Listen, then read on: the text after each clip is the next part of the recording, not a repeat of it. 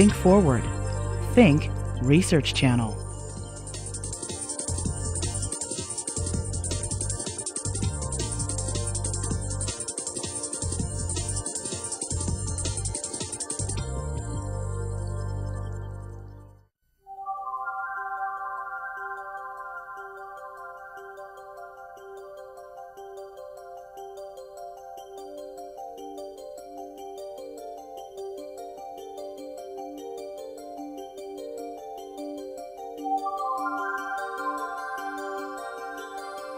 Ray Suarez is the senior correspondent at the NewsHour and has been since 1999. And as Ted mentioned, he was with Talk of the Nation before that. But he has 25 years in journalism, TV, radio, print. He worked in magazines. He's worked in Chicago, LA, New York, Rome, London. He has been around the block. So I'm going to begin with, what do you see as the most pressing problems facing this country? Oh my goodness.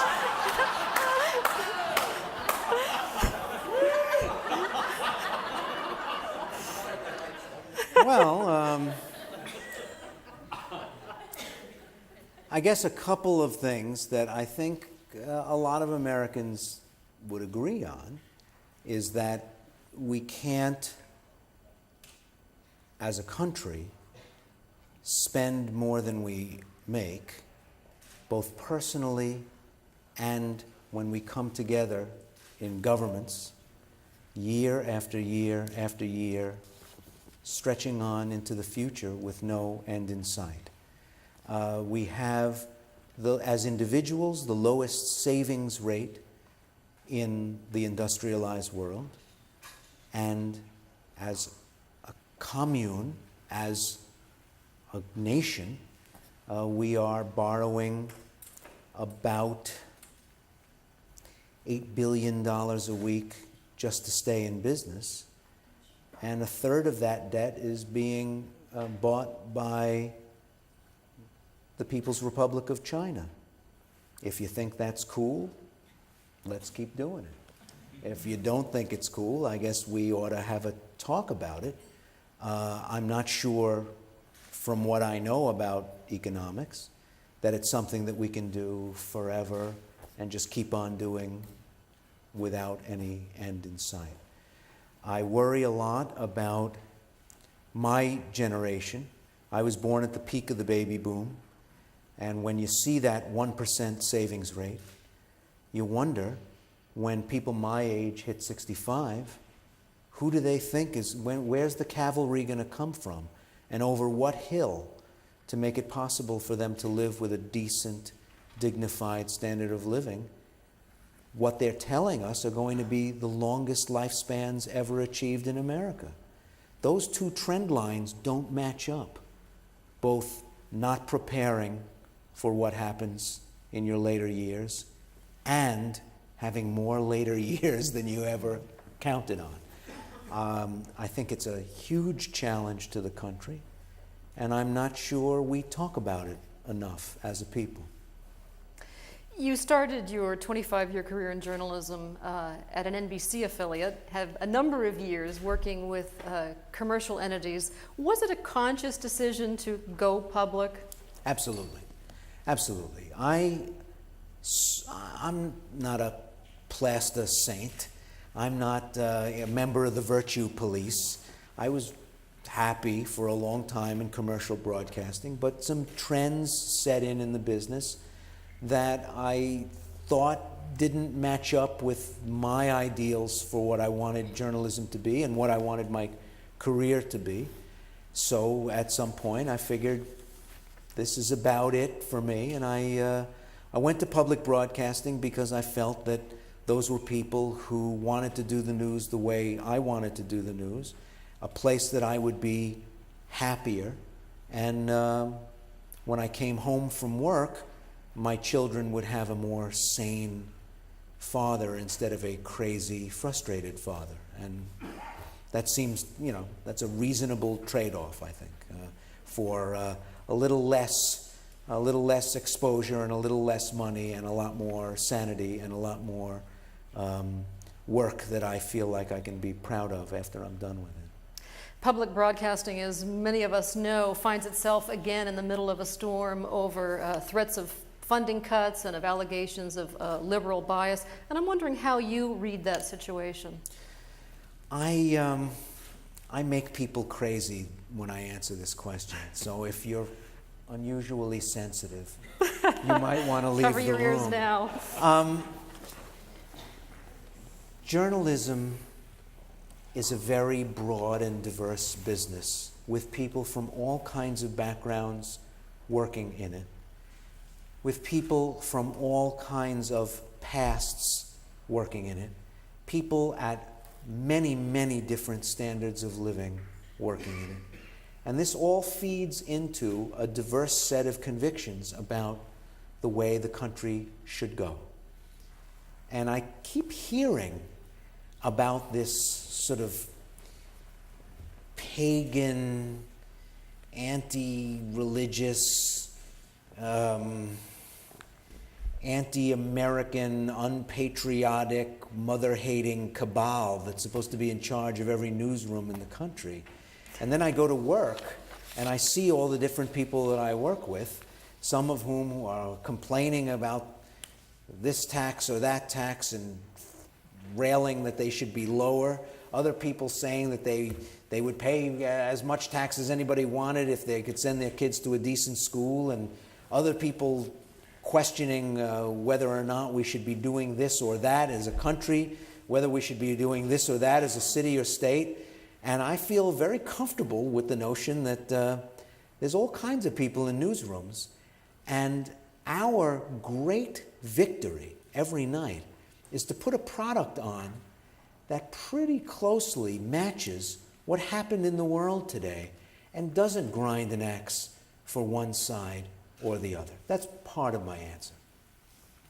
When I go to church on Sunday and I deign to pick my head up and look around, leave my devotions for a moment and see who's sitting around. Well, over there are, in the couple pews behind me, is Judy Woodruff and Al Hunt. And a couple of pews ahead of me are Morton Kondracki and his significant other. And quite often when he's in town is Jim Baker over on the other side.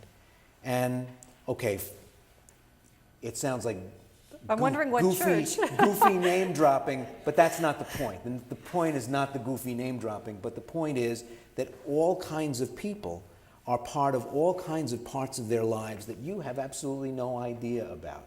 And if Jim Baker and Morton Kondracki and Judy Woodruff can pray together and not be assumed to be part of some shared political club or have to believe the same things or know the same things or assert the same things, I think America is a pretty healthy and normal enough place that we can all get along and give people the privilege of working out of good faith. In newsrooms, we are working out of good faith. We're not driving you towards some conclusion about the news. We're not sitting and sort of crafting our words to convince you one way or another about what to believe about the future of this country. We're trying to arm you for the work of being a citizen. Information is ammunition. The more you know, the better taxpayer you'll be, the better voter you'll be, the better neighbor you'll be, and the better human being you'll be. And that's the conviction I work out of when I go to work every day. And I don't recognize, after an adult lifetime spent in newsrooms, I don't recognize these places that I keep hearing about, these crazy liberal, out of the mainstream places where I'm supposed to be working. And certainly public broadcasting is not that. Well, I want to touch on one thing you brought up there. You talked about diversity in newsrooms. Are newsrooms across the country very diverse or diverse enough? Well, look, newsrooms, there are newsrooms where people are making $14,000 a year for working full-time. And there are newsrooms where people are making $1.4 million a year for working full-time. I don't work in either of those, by the way. And the business as a whole is diverse. Less so than it was 50 years ago economically, but more than it was 50 years ago in experience, in origin, in race, in class background, in level of education, in where people went to school. When I was growing up in New York, a city with more than 1 million Latinos in it, when I was a kid, there were no Latino reporters on television. None. Which is bizarre, frankly. You couldn't say if you were a news director, oh gosh, we'd love to hire some, we just can't find any. That's just silly. But things have gotten a lot better. There wasn't anybody like me on the NewsHour 30 years ago when the NewsHour went on the air. Now there is, and it's not a big deal, which is good. What then do you make of Time Magazine's recent cover story, the 25 most influential Hispanics in America? Well, you know, as number 26, I wasn't sure what to make of the list. No, I looked at the list. First, you check to see if any of your friends made it, and some did, which I thought was cool. Then you look at some of the choices, which were like, and you think, influential? Says who? Like, who are the people who wrote this article? But I thought it was symptomatic of a mainstream communications business that's trying to understand what it means to America that we've gone from roughly 10 million Latinos 25 years ago to 35 million today. What does it mean? What does it mean to the consensus culture? What does mainstream mean in 2005? What does it mean public schools are going to look like? State houses, the House of Representatives. What does all this mean? And Time Magazine, in putting on that cover, is wrestling out in public where we can sort of see their slip is showing and trying to understand it, and that's a good thing. I was perfectly happy, though I would have picked 25 slightly different people. That's okay. You talked a moment ago about the media that you know as being sane and more tempered, and I'm wondering how you weigh that then with charges by CPB Chairman Ken Tomlinson, who testified before Congress that PBS programs like Now are, quote, liberal advocacy journalism. Then on the flip side, you have Molly Ivins saying things like there is very little now that is liberal on public television. And you mix in with this the threat of funding cuts, which we've experienced in the past under Nixon and under Reagan. And the result, some say, was that public television stations across the country, out of fear, dropped some of their public affairs programs because they were afraid that they would be considered too challenging by the party in charge. Well, look, I think public television is a pretty tame product. But it's part of an ongoing conversation about what public broadcasting should be. That's something that shifts and has pendulum swings over time, and I think our timelines when we ask ourselves these questions should just be a little longer. I'm not going to pass judgment on any other program that's on PBS. I can talk about the NewsHour, which is sort of plumb line straight, works very hard to get a wide selection of opinion on any issue of current debate in the country. And if anybody thinks they know what Jim Lehrer's convictions are concerning politics, I wish you'd tell me, because I have no idea. If you think you know what Margaret Warner believes about who should be elected to this or that, it would be a surprise to me, because I don't know, and we're friends. And I think I hope they would say a similar thing about me. And certainly the work that we put on the air does not reflect any preordained conclusion or pre-baked or pre-decided idea that we want to drive home to the audience about what they should believe about these things. And anybody who goes up to Congress and takes an oath and says that is not, I don't know, they're not telling the truth.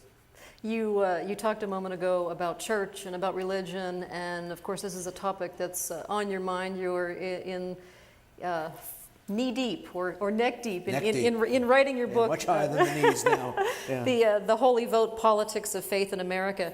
And I'd like you to comment on the intersection of organized religion and politics in this country, and with what results, in your opinion?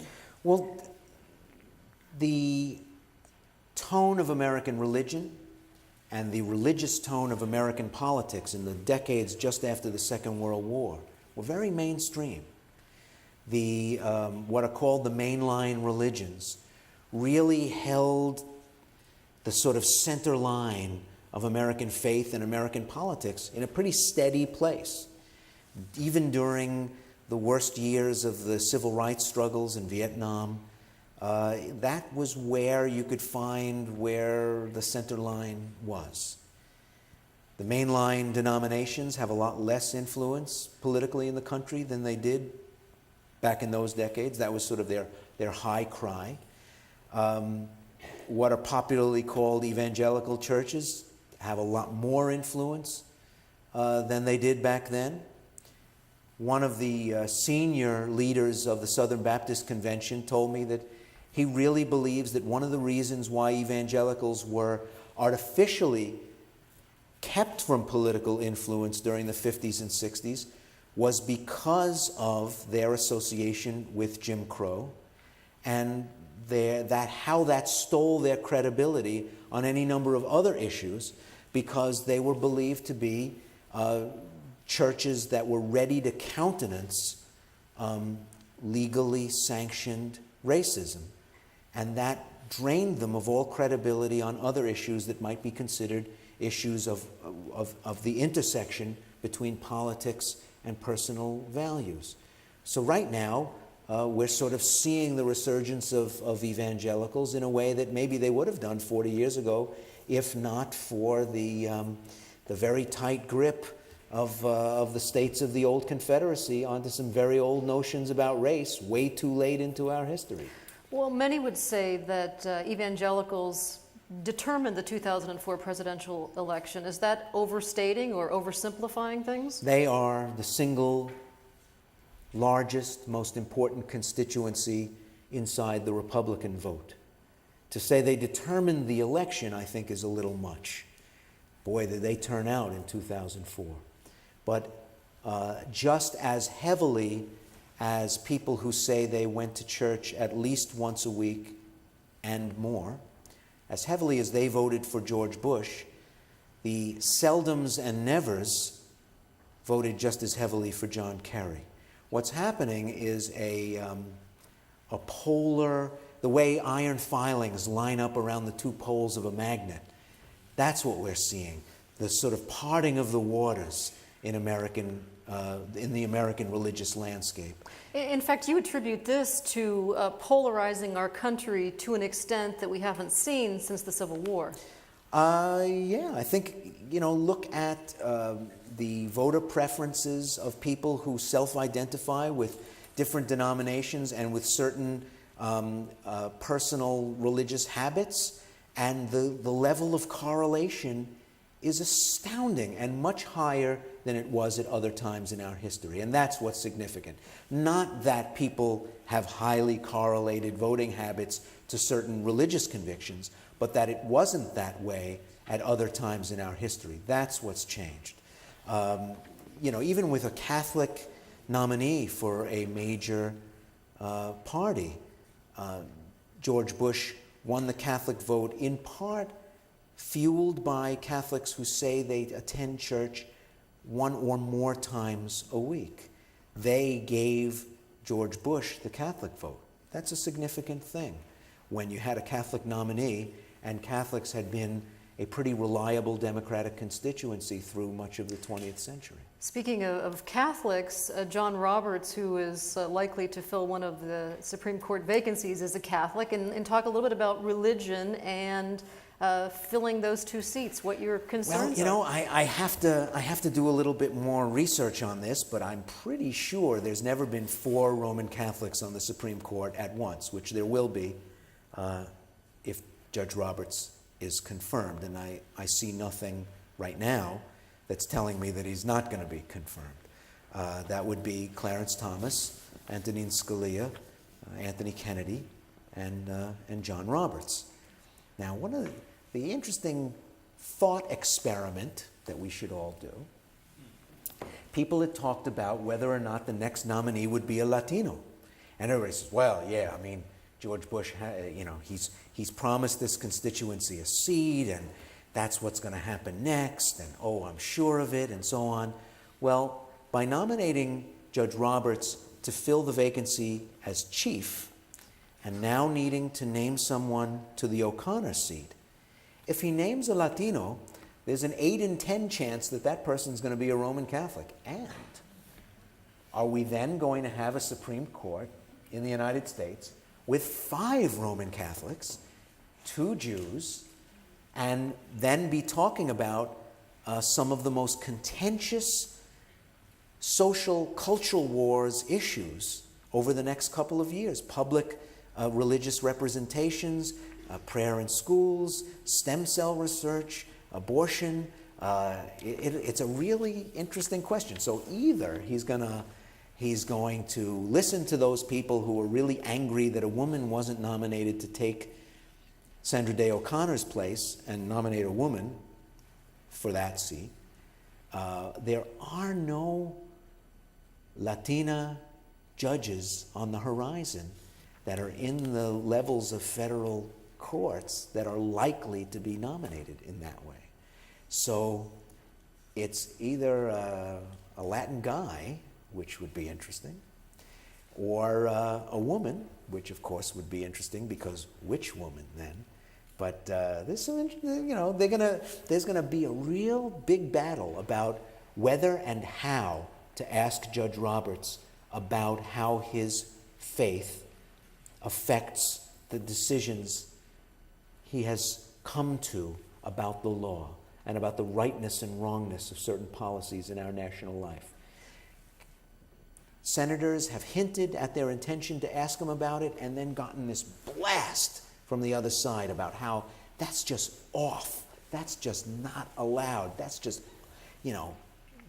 that's a no-go area. So watch these hearings, folks. This is going to be interesting. In preparation for this book, you talked with Muslims, you talked with evangelicals, you talked with Mormons, you talked with Jews, you talked with just about every religion you can think of. Is one religion... And people with no religion, who are a pretty significant part of the population. What role do you think religion will play? We've got the midterm elections in 2006, the presidential elections in 2008. Can you make any predictions about what role you think religion might play down the road? It depends on what happens in the near term in some of these very closely fought, highly divisive culture war questions. If the less likely to have religion color their voting habits portion of the population, which is sizable, thinks that the center line is moving too far over for their comfort, I think there's going to be a backlash. Both sides, and they're both very large groups of people, can't both get their way. There's just some of these differences are irreconcilable. And that being the case, there's going to be a showdown coming about what role religion should play in our national life, what role religion should play appropriately in the appeals that candidates make to people for their vote. And I'm just fascinated. I'm dying to see how it all comes out. That's the reporter in me sitting there rubbing my hands, because I think that there are pressures building up inside some of these questions that just can't easily be massaged out of the system. There's going to have to be a showdown. The polarization that you write about in this upcoming book, you talk about red America, blue America, people who get into arguments over news programs like they never did before, things that do divide us. And I'm wondering to what extent you think that is a result of the fact that we seem to have a less independent journalism. You said earlier that you think things are more tempered than many of us may feel, but But there are some who are saying Well, it's the lack of We have, I independent wouldn't say we have journalism. less independent journalism. I think we probably have too few voices, too few ways to be heard by a large number of people. There are right now 5 media companies that basically control, 90+% of what Americans see and hear. And that's not just see and hear on the news, but in cartoons and in movies and in magazines and all the other media that people consume. It's a tremendous integration of these companies. My last book on what happened to American cities after the Second World War was published by Free Press, which is the division of Simon & Schuster, and part of the same parent company that owns MTV and Cartoon Network and CBS and a million radio stations and everything else. I sometimes joked when I was on tour for that book that I should have written something that had a possible action figure spin-off, because at least I could have gotten a cartoon out of it and kept the book in print. Well, the book still is in print, by the way, and I recommend it to you. And in some ways, there's a lot relevant there, but we'll let you finish what you were saying. Yeah, but there is such deep integration in the business now that the ability of people with diverging opinions to get on the air and speak to large numbers of Americans, I think, is being compromised by hyper-concentration of properties. Yes, people may tell you, oh, the editorial decision-making process of these different properties is kept separate, but not really. Mm-hmm. If one... The movie is being advertised on the cover of the magazine. Right, if you're a musician who expresses an unpopular viewpoint, which I think is still your right as an American to express an unpopular viewpoint, if one program director or music director decides to freeze you out, it used to just mean that you were off one station. Now it can mean you're off 200 stations, and then it starts to really mean something. Now, the book you were referring to was The Old Neighborhood. And while you weren't talking about New Orleans in that book, there probably could be some discussion.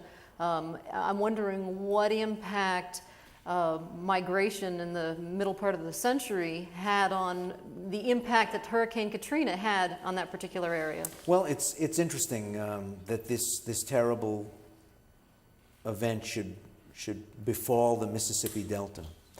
It's interesting that some of the people are being airlifted to Chicago when voluntarily and not driven by a hurricane, hundreds of thousands of black families picked themselves up from the Mississippi Delta and went to Chicago and Detroit and Cleveland and Pittsburgh and St. Louis.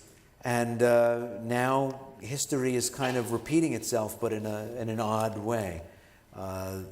There are resonances all over the place with this story, because this has become a place that's going to be very hard to live in for a very long time. And in my own hometown right now of Washington, D.C., there are people living in our National Guard armory, and who knows how long they're going to be there. And it also, I think, does things to people that we haven't taken the full measure of, to uproot themselves abruptly like that and end up some other place. I have two quick questions, then I'm going to open this up to our audience. The best anchors and the best reporters have passions and interests outside of the news, and I'm wondering what yours are.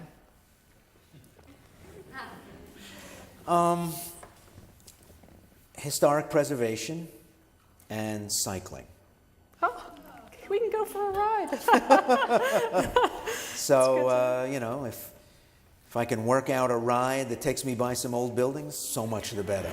But, so I can handle both things at once. But I ride to work a couple of days a week and ride about 75 miles a week. I wish I could ride more, but... I do about the same. That's interesting. And I think that in order for cities to, and not just big cities, but in order for places in general to to value what they are today, but also remember what they were. They ought to care about what they keep from their past. So I care a lot about historic preservation. And have you been the journalist you wanted to be? I have been one of the luckiest guys imaginable. My plan was to work much of my adult life in Africa. I got a degree in African history. I traveled in Africa and wrote and reported from there. And I thought this was what I wanted to do. I had planned my life in that direction.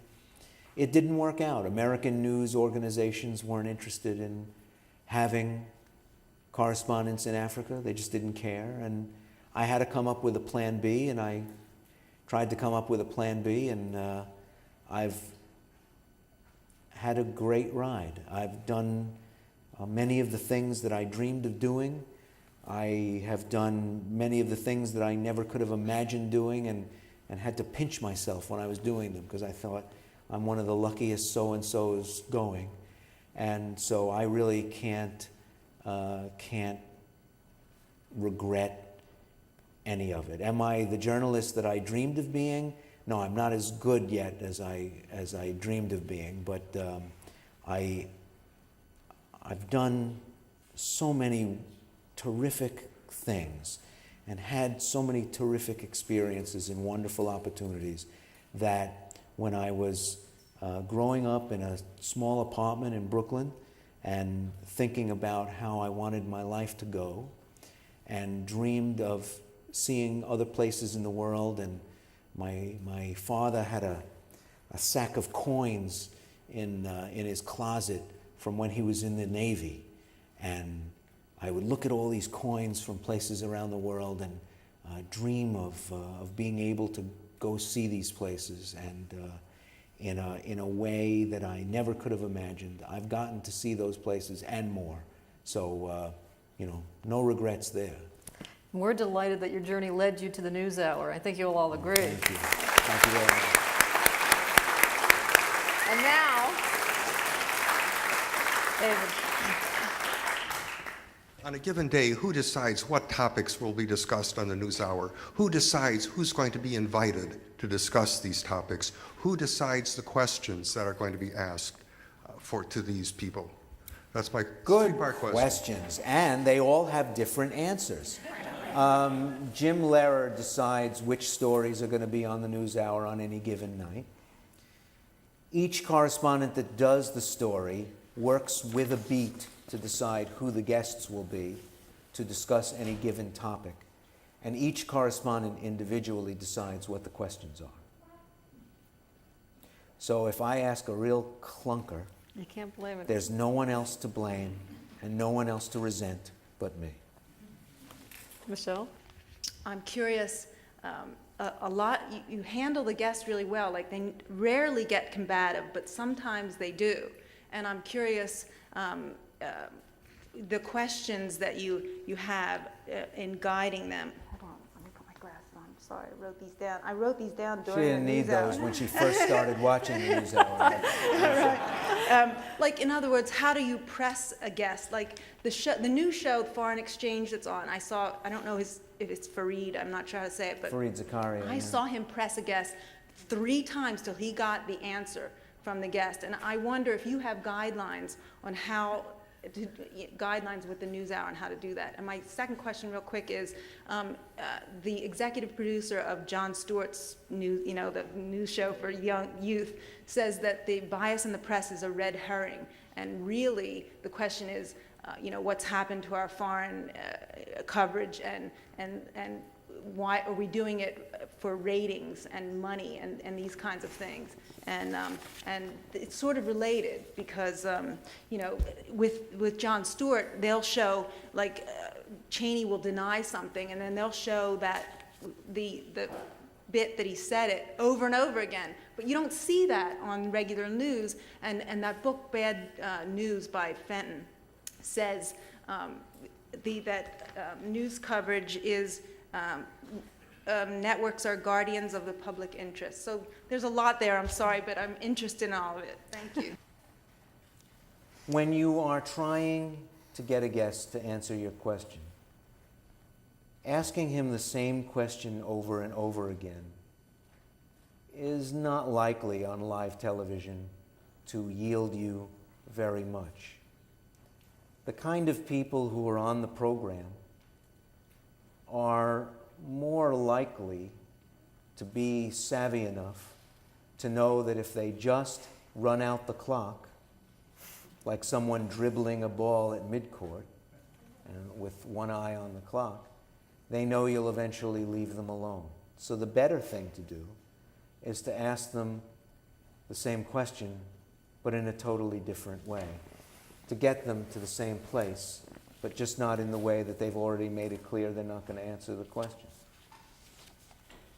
The NewsHour, as a program, believes that if you ask somebody a question, then you ask somebody the same question in a kind of different way, and they still don't answer it, the audience is smart enough to get that. And it's apparent that they're not going to answer the question, and that they don't want to answer the question. And the real question is, why don't they want to answer the question? So we don't make a big show out of going after them in that way. A lot of people disagree with that approach. Frankly, there are nights when I disagree with that approach. But that's the tone that's set from the top. That's the way the boss wants it, and that's the way we do it. I think it's very revealing when people won't answer the question. If it's a perfectly reasonable, straightforwardly put question, and they won't answer it, I think they do themselves a lot of harm. And when there are guests who are being reluctant to level with you, you've got a choice to make about either continuing to try to use the time efficiently, to leave the audience knowing as much as they possibly can about an issue by the time you have to get off, or you want to make it a show about whether you can be tough with these people. And again, the view of the NewsHour is that it's not about us. And if they don't want to answer the question, no amount of you posturing and grandstanding is going to make them answer the question. As far as the health of the business, Tom Fenton, Bad News, and The Daily Show being one of the most trusted sources for news of people 18 to 25. Look, nature abhors a vacuum, and we left a vacuum for younger viewers. They find what we do to be most nights irrelevant to them in their lives.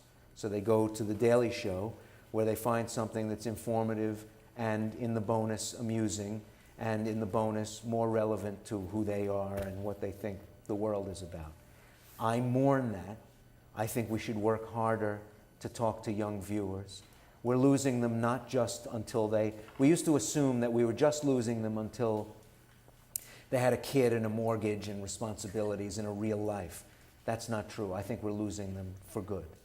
And these are people who are not going to become newspaper readers. And these are people who are not going to become evening news watchers.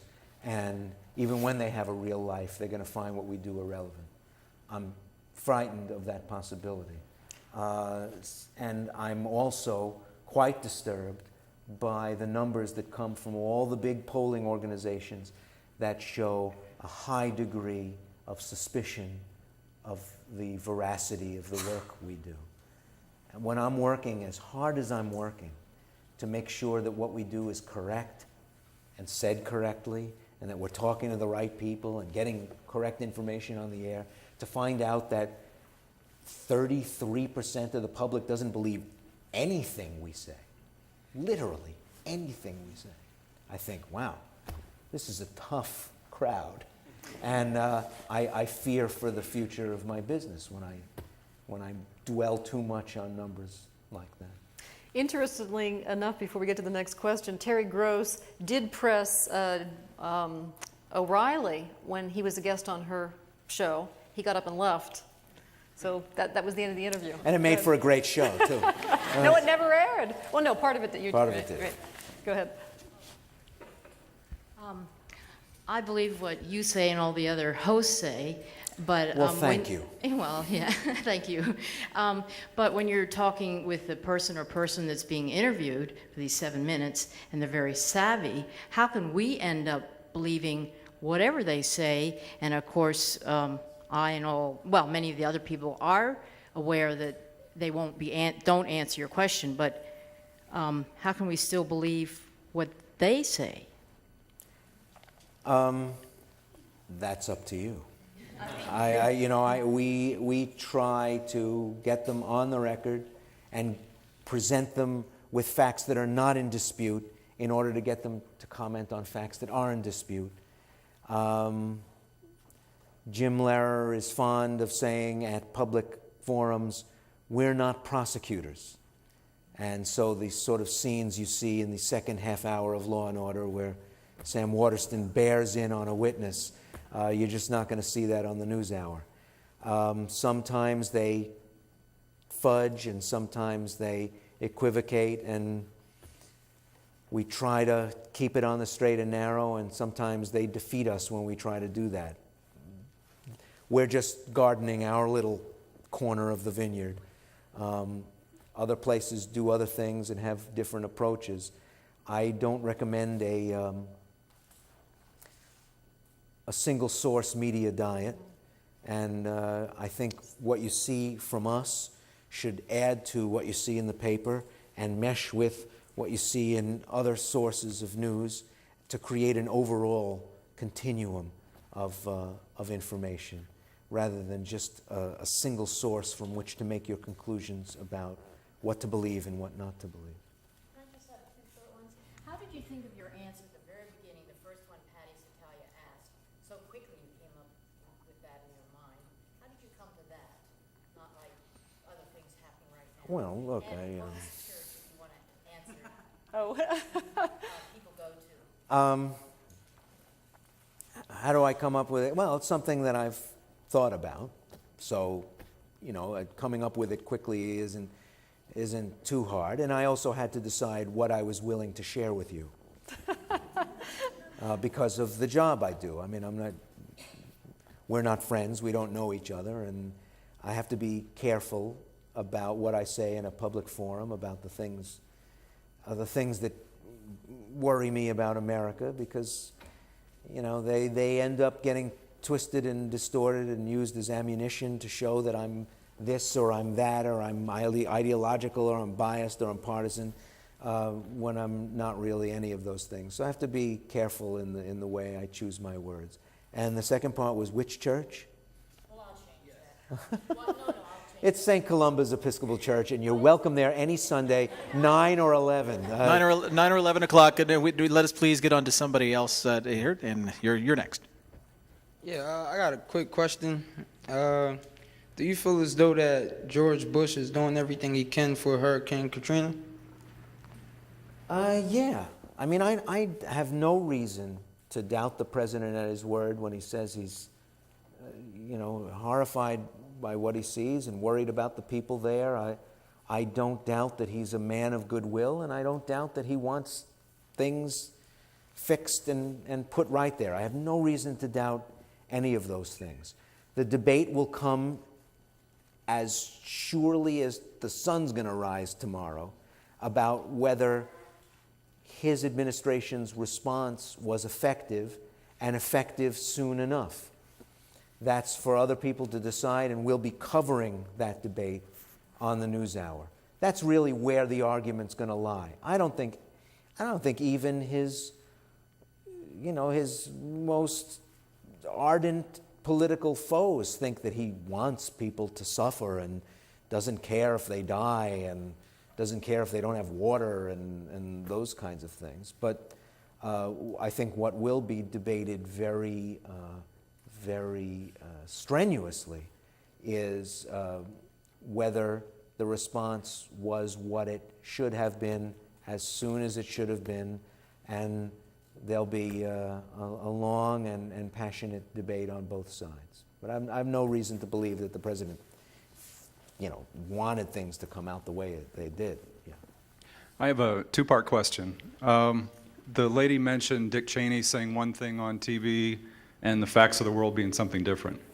In your experience and your study of history of news reporting at national level, is this a new phenomena that those who define reality from an administration do so well that they believe their own reality? Are they so skilled at it, and is this markedly different than what has gone on before in national politics? And the second part of that is, as a journalist and as a reporter, as you are reporting these things, and the TV, the camera goes off, and you've reported as balanced and fair as you can, what goes on in the back of your mind when you've reported something that's totally absurd on its face?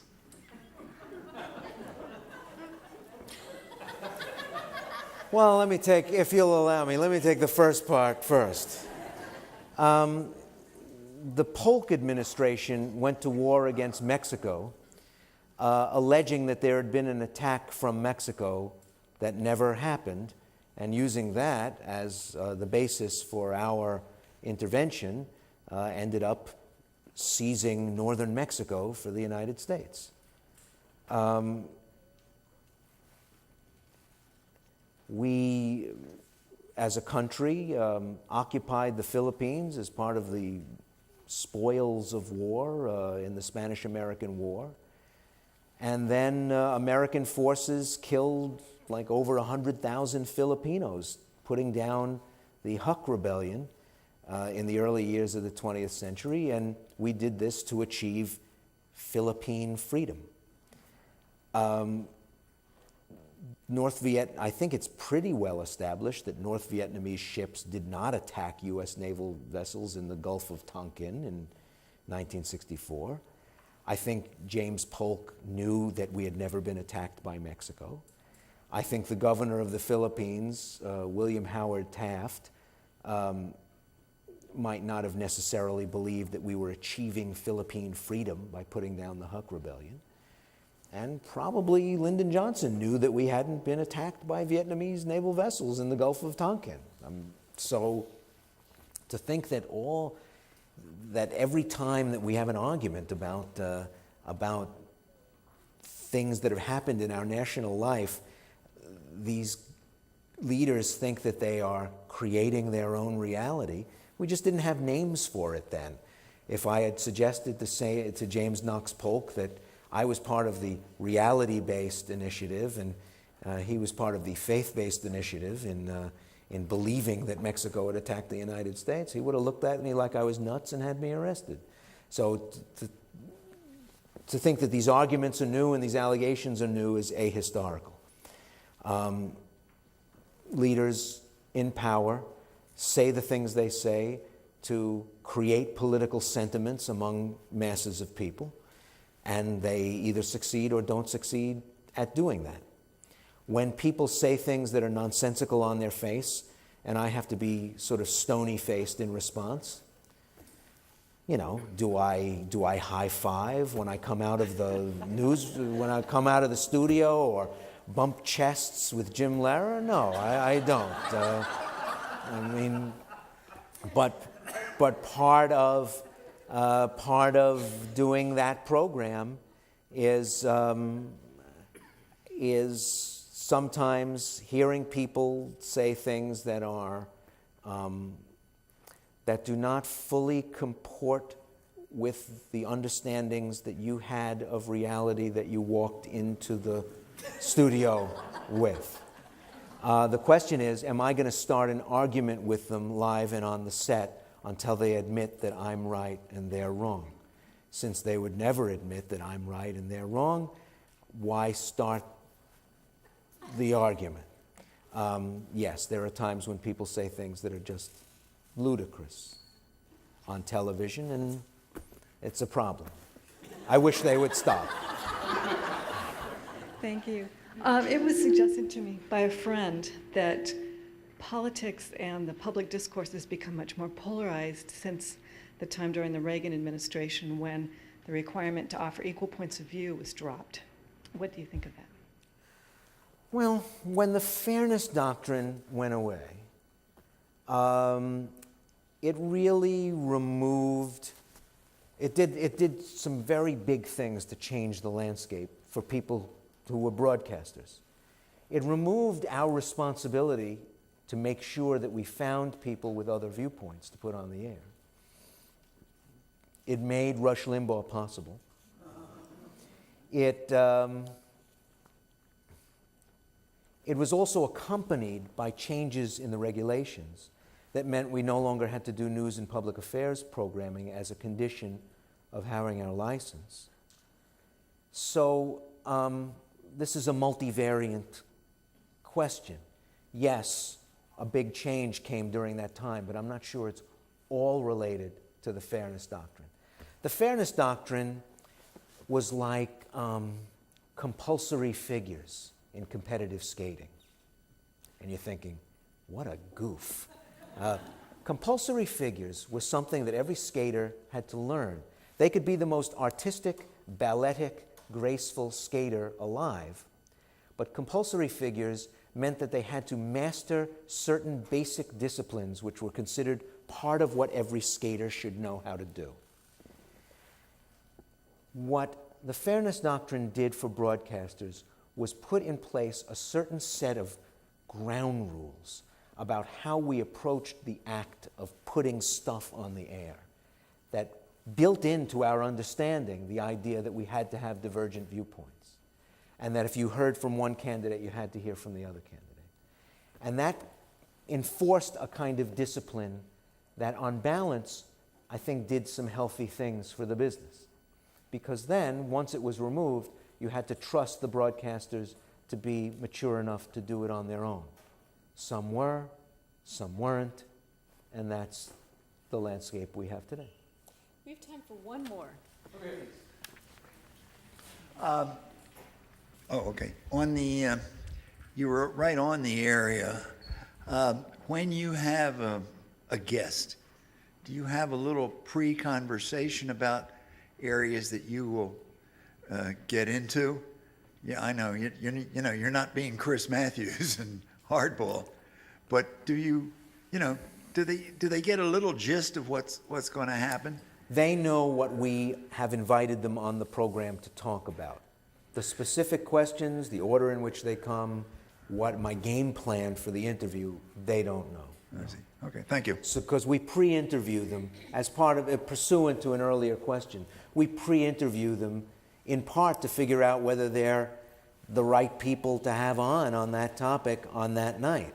And so the pre-interview ought to give them a lot of guidance as to what we're having them on to talk about. And that's not done by you, although you may be the one doing that newsmaker interview. That's not done by me, no. That's done by one of the young reporters that I work with in order to prepare a segment and cull out the possible candidates to be on a panel that night. We go do it on the strength of the pre-interview. We likely have a few aspiring journalists in here, so maybe you could end by giving them some advice. It is the greatest way of life if you are of the certain kind of temperament cut out for this work. If you're not cut out for it, you'll be miserably unhappy and you'll be doing something else by the time you're 30. That is one of the big break points. People come out of school, pour into the business. There's one big drop-off around 30 and another big one around 40. And then you're probably a lifer after that. But there are disappointments, there are disenchantments, but if you are the kind of person who hears the sirens and wants to move toward them instead of away from them, that's a good test right there. If you hear that something really bad is happening in that direction, that's the direction you want to go in. That should be a tip-off. If when you find out something that you think nobody else knows, and your first instinct is to try to think about how to make sure other people know about this, then you know that this is for you, because that's really, broken down to its essence, what this is all about. The thrill is binary. The first thrill is the finding out, but that thrill is incomplete without the thrill of the telling. The finding out and the telling live in symbiosis with each other. If you just find out and you can't tell, that's no good. And if you tell before you find out, which a lot of people in my business do every day, unfortunately, that's not going to work as a career-length proposition either. So it can really break your heart. It really can break your heart. You cover stories. It's not as routinely for me since I cover Washington now, where the heartbreak is much more abstract. But when I was a street reporter for many years, you take on people's sorrows and their tragedies and their heartbreaks, if you're a human, in a way that you never could have imagined doing. You take these things on and you see them and you experience them, yes, at arm's length, yes, secondhand, but they stick with you in a way, if you're a human, that you can't just simply say, oh, that was yesterday, oh, that was last week, I'll just forget all about that. I've done stories and been places and seen things that I will never forget because they illustrate both how glorious life can be and how wonderful people can be and how absolutely bestial people can be toward each other. And that's not a lesson that you learn lightly, and it's not a lesson that you have hammered into you day after day, which is what the news business asks you to do, without that changing the kind of person you become. So when you are the first reporter on the scene of a town that's just been moved through by a tornado, and you're riding through the streets, watching people wandering like zombies in the street and picking debris and pieces of houses off from themselves and realizing their legs are broken and stuff like that, that affects you in a certain way.